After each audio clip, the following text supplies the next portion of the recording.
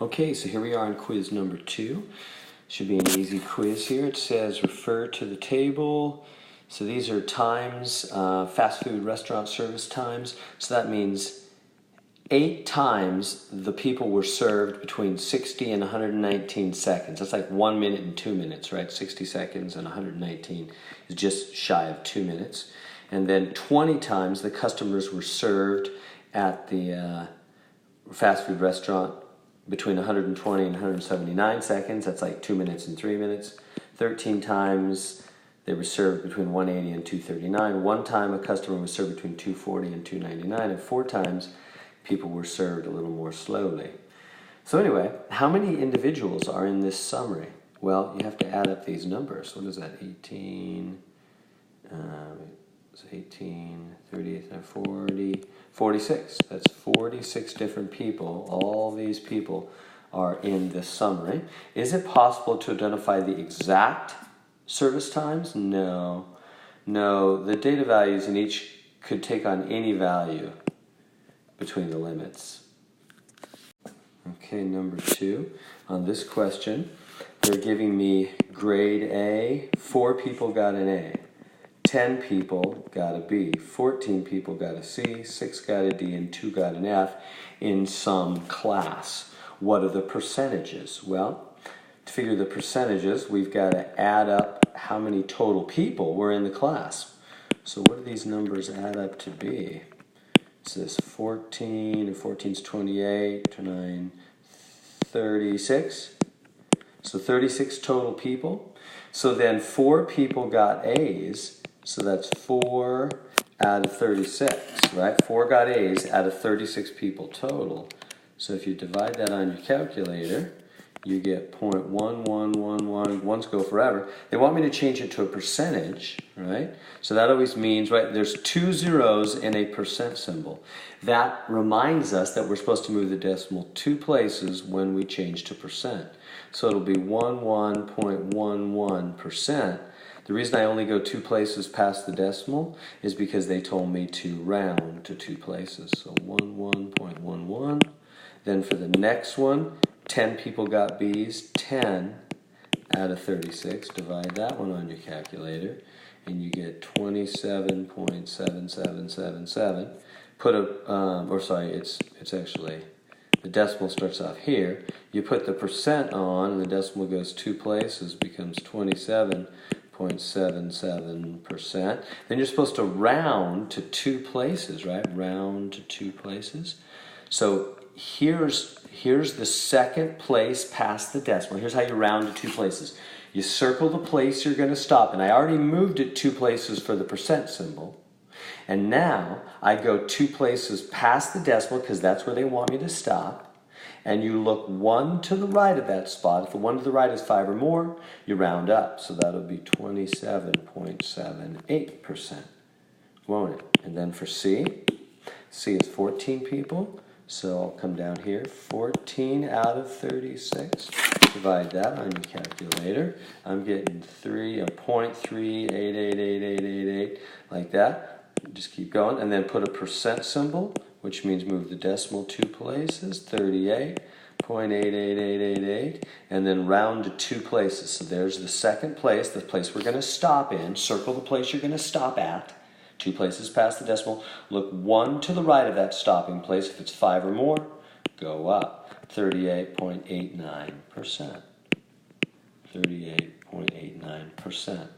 Etc. Just do the other 2 same way for D and for F. Let's come on down to question 3. It's saying cumulative frequency. What does that mean, cumulative? This last one was relative, so it was in a relationship to the total, to the total, to the total. That's a relative frequency. What part of the whole? What part of the total? But now it's a cumulative frequency. To accumulate means to build up. So they want us to build up. So how many less than 40? How many days? Let me make sure you understand this table. There were 2 days where the temperature was between 35 and 39 degrees Fahrenheit, cold. 3 days it was between 40 and 44. 6 days it was between 45 and 49 degrees 9 days, it was a little warmer. 7 days, it was even warmer than that. 9 days, maybe this is the weather in December or something. 9 days, it was between 60 and 64. And 1 day, it got to be between 65 and 69 degrees. Well, they're asking me, what's the total accumulation, the total days that are less than 40? That the temperature, in which the temperature was less than 40, right? The degrees Fahrenheit was less than 40. Well, only these 2 days, because the temperature has to be between 35 and 39 to be less than 40. So only 2 days there. But how many days was it less than 45? Well, less than 45 is going to actually be both these categories. 5 days, right? Because both these categories are temperatures less than 45, aren't they? And how about less than 50? It's going to be all 3 of these categories, because all 3 of these are less than 50. So they're just adding up. What is that, 11? And then less than 55, that's all these categories. So it's all these, which adds another 9, so that's 20. Less than 60, that's everything there and above, are all temperatures less than 60. So add 7, so 27. Less than 65, that goes all the way down to here, because there's 65. Add 9, what's that, 36. And finally, less than 70, well, that's everybody. Add 1 more. 37. 37 days, less than 70. There we go. So cumulative just adds them up. It accumulates them. Okay, number 4. This is it represents the weight in pounds of members of a high school programming team. So this is the 120 pounds. How many people weigh 120 pounds?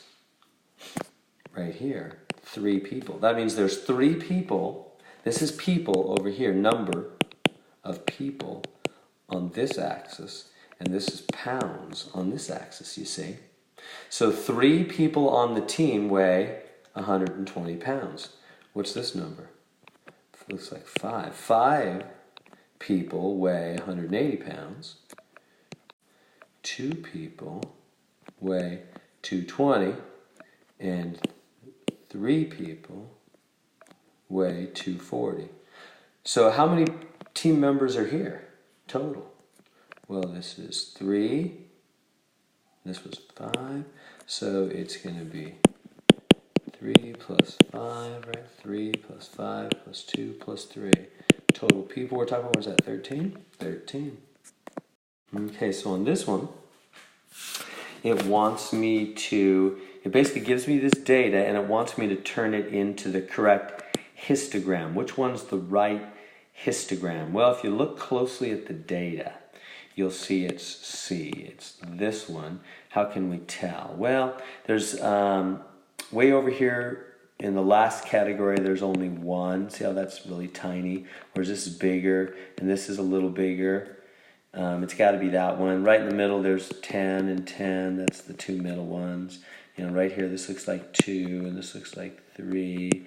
This looks like 8. 2 10s in the middle. 6, 5, 1. Right? 6, 5, 1. That looks right. All right. Now the next question: does the histogram appear to depict data that have a normal distribution? Now, normal distribution is a bell curve, right? High in the middle, low on the sides. Is this bellish? For sure, it does. This says does not appear. No way. This says it does appear.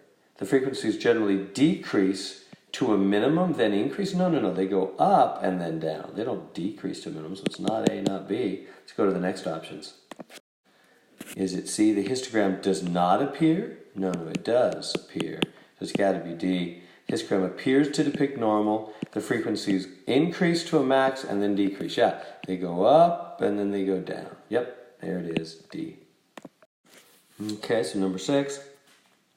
Got a bunch of data here. We're going to put this into a dot plot. So basically it's just a bunch of dots on the graph. You can tell it's this one because there's only 1 dot at 50. This one also has 1 dot at 50, but there's only 2 dots at 80, for example, and we only have 2 80s, whereas that one has like 4 dots at 80, so that's not right. It's answer A.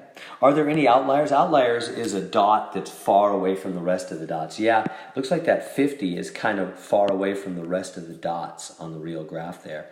Yes, the 50 appears to be an outlier. All right, number 7. This time we're going to make a stem and leaf plot from these numbers. Well, if you look them over, it's this one is the right stem and leaf plot. Just by comparing, you know, this has the 67, 72, 75, 67, 72, 75. It has, you know, 8, this means 85, 87, 85, 87, 89, 89, 89, 89, 90 and 99, 90, 99, and 100. That's the 1. Now, how does the stem and leaf plot show the distribution of the data? How does it show it? Well, you know what it's like? It's like a sideways bar chart. See that? See how that's a bar chart kind of on its side? The further the rows come out, it's like columns on a sideways bar. That's B there. The lengths of the rows are similar to the heights of bars. Longer rows correspond to higher frequencies. So there we go. It's like the heights of the bars. Okay, so here in number 8, basically they want me to put data into my calculator and do a scatter plot. So let me give you the steps for doing a scatter plot. Basically, you have to hit, let's start. So step 1, you're going to go second stat on your TI-83 calculator. Or I'm sorry, not second. I'm already wrong. Stat, just hit stat. And then you're on the edit menu, hit enter. And now we're going to put the data in L1. So basically this is L1, this is L1, and this is L1. L1 should be all that tar data. 16, 10, 1, 13, 50, or 5. 5, and then it keeps going here. That was this, and then it keeps going. 9, 8, 12, 18, 10, whoops, 10. Then it keeps going here. 2, 16, 6, 13, 11. And then in L2, you put the other data. You put this is L2. So 15, 10, 1, 14, 7, and then this, 9, 11, 12, 18, and 10. And then this is the rest of the L2 data. 3, 15, and 7, 12, and 12. So you put that data in L1. It's like an X and Y table. It's L1 and L2. So this is like the tar data. It's going to be our X. See how that's the X-axis on all these? It's tar. And the Y-axis is going to be the carbon monoxide. So comparing how cigarette tar and carbon monoxide work together. So carbon monoxide here. Tar is the x-axis. Carbon monoxide is the y-axis. The L2, this is like x values and y values in an XY table. And our scatter plot's just going to graph a bunch of XY dots. That's what all those dots are going to be on those scatter diagrams, is a bunch of XY points. So you put into L1 and L2 all the data, and when you're done, hit second quit. Second quit when you're done, which is above the mode key. So you have all the data in there. So once the data's in here, here's the steps you take. You go, right over here. So, whoops, I think I'm messing up. Yeah, no, actually that was right. Hit second and stat plot. You're going to plot it now. Stat plot, which is above the y equals, upper left corner. So hit second, stat plot, way up at the top, upper left corner. And you want to turn plot 1 on if it's not already on. So just hit enter. So let me say that more clearly. hit enter. And when you do, make sure you highlight plot 1 and turn it on. And then, underneath type, you're going to have 6 type of graphs. Select the first type. The first graph, you'll have 6 graphs there. So let me just say select first graph. You'll see it's a little thing that has some dots on it, like that. That's a scatter plot. You're selecting, you're telling the calculator, I want you to make a scatter plot graph. So once that's selected, then all you got to do is hit zoom key, which is in the top row right in the middle, and then hit 9, and it'll automatically do the graph for you. It'll do the scatter plot. So there's how you do it. So step 1 is right here. Step 1, go to stat, enter, put in the L1 and the L2 data. Step 2, second quit. Step 3, go back in, second, stat plot, enter, make sure plot 1 is on. For the type, select the first graph type, the scatter plot, and then hit zoom 9, and it'll make the scatter diagram, and you'll see it's this one. A is the correct one. And now what does that go with? Which option? It says, is there a relationship between cigarette tar and carbon monoxide? Does it look like there's a relationship here? Yes, it does. That looks like a very linear relationship, doesn't it? As the tar goes to the right, as the tar goes up, this graph goes up to the right, doesn't it? So as tar goes up, carbon monoxide goes up. So that's C. Yes, as the amount of tar increases, the amount of carbon monoxide also increases. That makes sense. When you have a graph that's going up to the right instead of down, then that means as you go to the right, as your X values get bigger, your Y values go up, they get bigger as well. So as tar goes up, carbon monoxide goes up. So that's evidence that more tar in cigarettes produces more carbon monoxide. That's from cigarette data. Okay, last question here. For a data set of brain volumes and IQ scores for 4 individuals, a correlation coefficient is found, and the p-value is 0.784. So they're basically trying to see, does brain volume, does a bigger brain produce a bigger IQ score? Is there a relationship there? Is having a bigger brain related to having a bigger IQ? Do people with bigger brains have bigger IQs? Is there a linear correlation? Is there a relationship, a linear relationship between those two? Well, what they find out is that the p-value, when they do this study, is 0.784. Now remember what a p-value means? The p-value is, P stands for probability, it's the probability that the results are just luck. Because that's always the problem, right? Any kind of study you do, you could just get lucky results. Two things could really not have a relationship and you just got kind of lucky.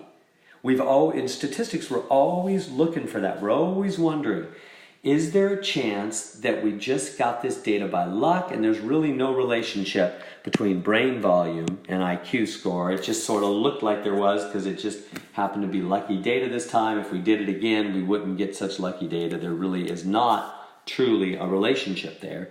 This was just lucky data. What's the chance of that?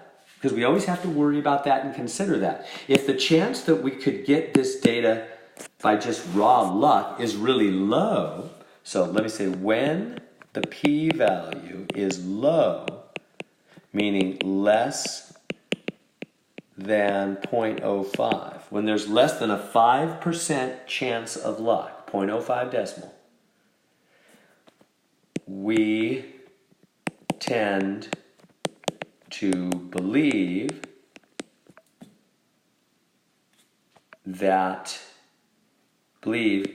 it is not luck.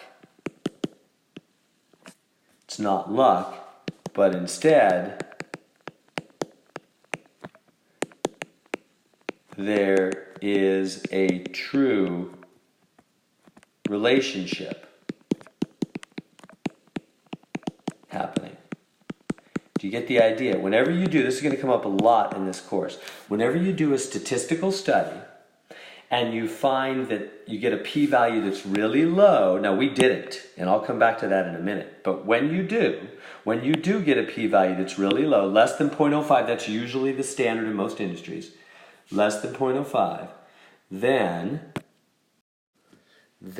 when you get a p-value that's really less than 5%, that's such a low chance of luck. We tend to believe it's not luck, but instead there's a true relationship happening, like brain volume might really be affecting IQ. But in our case, we got a high p-value. That's a 78.4% chance of luck. That's a really big chance that these results could just be pure luck, and there's really no relationship there. So we got 78, what does it want, an integer decimal? We got 78.4%, right, because it moved 2 places when you change 2%, which is high. And so there is not sufficient evidence to conclude that there's a relationship there. We do not believe there's a relationship there. There we go.